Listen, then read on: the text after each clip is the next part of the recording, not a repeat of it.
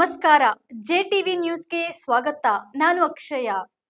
ಕೊಡಗು ಜಿಲ್ಲೆಯಲ್ಲಿ ಭಾರಿ ಗಾಳಿ ಮಳೆಯ ಅಬ್ಬರ ಮುಂದುವರೆದಿದೆ. ನಿರಂತರ ಮಳೆಯಿಂದ ಕಾವೇರಿ ನದಿಯ ನೀರಿನ ಮಟ್ಟ ಏರಿಕೆಯಾಗಿದ್ದು, ಮುನ್ನೆಚ್ಚರಿಕೆ ಕ್ರಮವಾಗಿ ಜಿಲ್ಲೆಯ ಹಲವು ಶಾಲೆಗಳು ಕಾಲೇಜುಗಳಿಗೆ ರಜೆ ಘೋಷಿಸಲಾಗಿದೆ.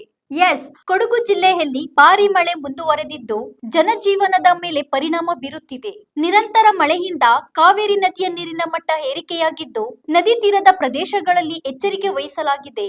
ಮುನ್ನೆಚ್ಚರಿಕೆ ಕ್ರಮವಾಗಿ ಜಿಲ್ಲೆಯ ಹಲವು ಶಾಲೆಗಳು ಹಾಗೂ ವಿರಾಜಪೇಟೆ ಮತ್ತು ಪೊನ್ನಂಪೇಟೆ ತಾಲೂಕಿನ ಕಾಲೇಜುಗಳಿಗೆ ಜಿಲ್ಲಾಡಳಿತ ರಜೆ ಘೋಷಿಸಿದೆ.